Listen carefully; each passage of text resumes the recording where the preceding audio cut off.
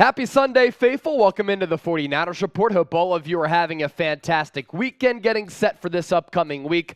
Today's show is presented by Manscaped. Yes, they have the best below-the-waist products, but also they're in the beard game now. And for the faithful, 20% off and free shipping by heading to manscaped.com/49ers. We'll tell you more about what they have to offer coming up. As for what we're getting into on today's show, a lot of 49ers offseason and free agency buzz with the NFL Scouting Combine starting to wrap up here from Indianapolis. A lot of interesting news and rumors items that we want to hit on. Included in that, Jimmy Garoppolo to the Las Vegas Raiders. A lot of growing momentum behind that if Las Vegas cannot land Aaron Rodgers. Could the Niners be losing a key edge rusher because simply they can't afford what he's going to demand on the open market? A trade for Joey Bosa. Nick Bosa brought it up on the Richard Sherman podcast, so we're going to talk about it. And could San Francisco have sneaky plans for a couple of big signings in NFL free agency with a couple of contract restructures that could happen to open up a lot of money on the salary cap? Let's begin with Jimmy Garoppolo here. There's buzz coming out of the NFL Combine that Jimmy Garoppolo could land with the Las Vegas Raiders if Las Vegas is not able to maneuver and pull off a trade for Aaron Rodgers to team him up with his teammate from Green Bay in Davante Adams. Here's what Dan Graziano of ESPN had to say about some of that aforementioned momentum. If the Raiders cannot get Aaron Rodgers, a lot of people in Indianapolis this week expect Josh McDaniels, and general manager Dave Ziegler to pursue free agent quarterback Jimmy Garoppolo, whom they know from McDaniels' time in New England early in his career. There's also some chatter that McDaniels might try to acquire Mac Jones from the New England Patriots. Watch out, Kyle Shanahan. That's your lover boy. Though it seems unlikely New England would consider moving the 2021 first rounder. Here's why Sin City Jimmy Garoppolo would make a lot of sense. He was with McDaniels in New England, but also Dave Ziegler was in New England and in Foxborough when Garoppolo was there as well. So both of their times have overlapped with one another. So familiarity with the current regime there. The Raiders have a win-now roster. I actually think they're a pretty good football team, but they didn't make the playoffs last year because Derek Carr didn't play well and also because Vegas blew 5 10-point leads. Garoppolo, to be successful, needs a lot of supporting weapons. That's what the Raiders have at their disposal, right? Davante Adams, Hunter Renfrow, Darren Waller. They need to get a little bit better along the offensive line. Word is that they're going to franchise tag Josh Jacobs after he was the leading rusher this past year. So the offense is good. Defense is pretty solid, led by Max Crosby. And Garoppolo is a proven winner. That's what the Raiders have been so desperate to find at that quarterback spot. A consistent winner. And say whatever you want to say about Jimmy Garoppolo. Does he throw some dumbfounding interceptions? Has he come up short in a couple of games for San Francisco? Did he light the world on fire throughout some of his playoff games? No, but he's won more than 70% of his starts, and that fan base and that organization absolutely desperate for a winner at that quarterback spot. That's something Jimmy Garoppolo has been able to do well all throughout his NFL career. Before we continue on in today's show, make sure you subscribe to us here on the 49ers Report for daily free agency and NFL draft coverage pertaining to the Niners.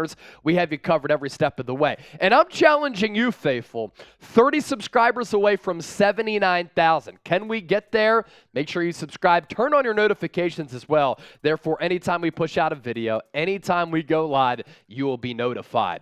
To that key player on defense who the 49ers could lose in free agency, we're talking about Samson Ebukam here, garnering a lot of interest from the other 31 teams in the NFL, and according to reports, could get double-digit millions this year. If I'm the 49ers, I'm not paying him that much money. Look, he's a pretty solid edge rusher. He's not worth $10+ million, but was a pretty good free agency signing by the Niners heading into 2021 after he played to start his career with the Los Angeles Rams. Back-to-back years in which he had pretty steady production, 4.5 sacks in 2021, 5 sacks in 2022. Quarterback hits went up, just like the sack numbers did, from 11 to 13. He had 9 more quarterback pressures than he did 2 years ago. 6 more hurries, and 2 more tackles for loss. So a lot of teams out there look at Ebukam as a rising player. And what are teams trying to look for? And what do they covet in free agency if they don't have them? Very good edge rushers to make the lives very difficult for opposing quarterbacks. And that's what Ebukam can do. I think he's a really good speed rusher, but lacks that prototypical size to be a 3-down edge player. He's more of a 2-down player and a guy who you want in the game during obvious pass rush situations because he can get home. But there's zero chance, and I mean no chance at all, that the 49ers will pay him $10+ million, nor would I pay him that much money. And I won't back down here. If you lose Samson Ebukam, you have to figure something out. If you're the Niners in this front office, maybe you look for an upgrade there. I'm fine with paying $10+ million to another edge rusher out there to help out Nick Bosa, but I'm not paying that money to Samson Ebukam. Either way, Bosa needs some help at defensive tackle with the depth spots there along this defensive line and on the other defensive end spots. So with that, let's ask you this, because the theme of today's show, we're going to be talking about Joey Bosa. Who's your dream target at edge opposite of Nick Bosa? Drop me a name down in the comment section right now. And if it's Joey Bosa, let's talk about him without further ado. Nick Bosa and Richard Sherman discussed this on the Richard Sherman podcast. It was a really good episode if you want to go back and watch it. Sherman, limited time in the Bay Area, but a legendary figure within this fan base. We're going to get to that coming up next, so stay tuned for that. Also, do the Niners have some plans that we don't know about yet with some of these contract restructures that could happen, which could give them a lot of money in free agency? Stay tuned for that. But first, Manscaped is in the beard game now. Now, I love them, and so too do 7 million other men worldwide who trust Manscaped and the greatest men's grooming products, but also they've entered the beard game now, and they have a couple of great products that we want to tell you about. In the words of Jay-Z, this is a public service announcement. Manscaped now has beard products and is going even further with their brand new Weed Whacker 2.0. Go ahead and tell the world, Niner gang, the leaders in below-the-waist grooming are traveling north of your South Pole with the revolutionary grooming products. The new Weed Whacker 2.0 and their new beard line confirms they have all of the best tools for your hygiene toolbox. Time for you to upgrade your game by heading to manscaped.com/49ers. And if you use the promo code 49ers, 20% off and free shipping. Gentlemen, meet the Beard Hedger Pro Kit. It's the ultimate package that makes it easier than ever to craft your signature look. Coop uses it all the time. It all starts with the cordless electric Beard Hedger. The Beard Hedger is tough on hair but smooth on your face, leading to single stroke efficiency that brings satisfaction one stroke at a time. It's also waterproof, has a cordless trimmer and a rotary wheel that gives you 20 hair cutting lengths all with one guard. So no more messy drawers full of extra add-ons. So get 20% off with our exclusive code 49ers at manscaped.com/49ers.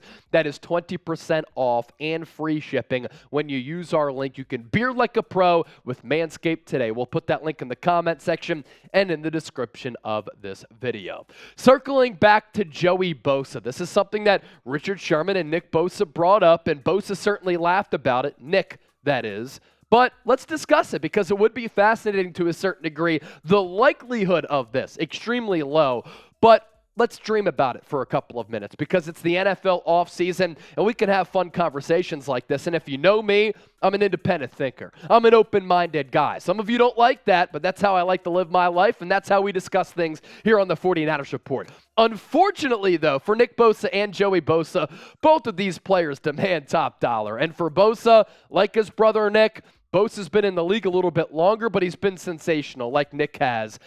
84 games played throughout his NFL career since getting drafted by the Chargers out of Ohio State. He landed his big-time deal. Bosa's about to. Nick, that is. 60.5 sacks in 84 games. 135 quarterback hits in those 84 games played. 14 forced fumbles and an astounding 242 quarterback hurries in those 84 games. But you look at his contract here. This is why it's somewhat unlikely because it is very rare that a team can afford to pay Nick Bosa perhaps the most money for any defender of all time, and then you're paying Joey Bosa, the base salary, and then the cap hit here. 2023, $24 million and $31 million. 2024, the base goes down to 15, but the cap hit still $29 million. In 2025, final year of his contract, $17 million in base salary with the cap hit of $25 million. And in 2026, at 31 years old, he becomes an unrestricted free agent. If you look back at Bosa's career, for Joey, it's been one great year, then he's been injured. Great year, injured. Great year, injured. But man, can you imagine both of these guys coming off different edges? And if they both stay healthy, quarterbacks would be having Bosa nightmares every single night in the lead up to that respective game. So who is the better Bosa? Is it JB for Joey Bosa, Nick Bosa, NB? I'm going Nick Bosa. I really do think that he's actually the better player. This is not a biased take at all. I think he's honestly the better edge rusher and the best edge rusher in the sport. Look, Joey's made it to a couple of Pro Bowls, but Nick Bosa's the reigning Defensive Player of the Year. I give the nod to the Bear, Nick Bosa. Could the Niners be clearing money to do some big damage in NFL free agency? Let's explore that to round out today's show. San Francisco, according to Over the Cap, currently has less than $6 million in cap space, but contract restructures would create a lot of dough. So let's go player for player here to see how much money the Niners, in fact, would be able to free up if they maneuver some contract restructures. With Christian McCaffrey, I think this is pretty likely, actually. McCaffrey has a $12 million cap hit in 2023. If the Niners converted a majority of his $11.8 million base salary into a signing bonus, that could free up somewhere in the neighborhood of about $7 million. As for Trent Williams here, no salary guarantees after next year, set to have a $27 million cap hit in 2023.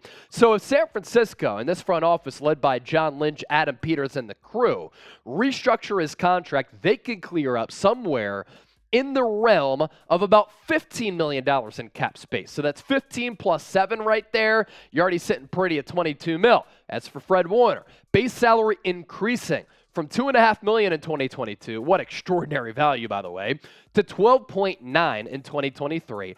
The Niners can convert some of his base salary into a signing bonus, then spread it out over the remaining 4 years of his deal to create some cap space as well. So that is an option, as the salary cap really isn't real in the NFL or professional sports, honestly. Eric Armstead, this gets a little bit tricky here, because already last year, his contract was restructured. He has more than $16 million in non-guaranteed salary and bonuses in 2023. A restructure would basically be putting a Band-Aid on the situation. It provides immediate cap relief, but then his cap hit in 2024, it'd be a really difficult pill to swallow. And then for George Kittle, base salary set to increase like Fred Warner's by more than $10 million. The Niners can create more than $8 million in cap space with the restructure. So I had to put that in writing to basically simplify it all for you, but I needed to simplify it for myself because I got a journalism and broadcasting degree from Temple University back in 2015, T for Temple U, the real ones know, but I failed elementary algebra while I was there. So I had to put it in writing and then just do the simple math myself. Hopefully that worked out for everybody else out there. All right, before we hop on out of here, follow me on Instagram, follow me on Twitter at Chase_Senior. It's the same handle on both social media platforms. And if you're ready for NFL free agency, which by the way starts next week, if we're assuming that you all start your week with the Sunday like some weird businesses do, then free agency begins next week. It's crazy. Tampering period starts on Monday. The official start of free agency is the 15th of March. So if you're ready for free agency, throw me some dollar signs down in the comment section. Rat-a-tat, tat, tat, tat. All that bread, all that dough. Man, hopefully the Niners able to stack up that roster.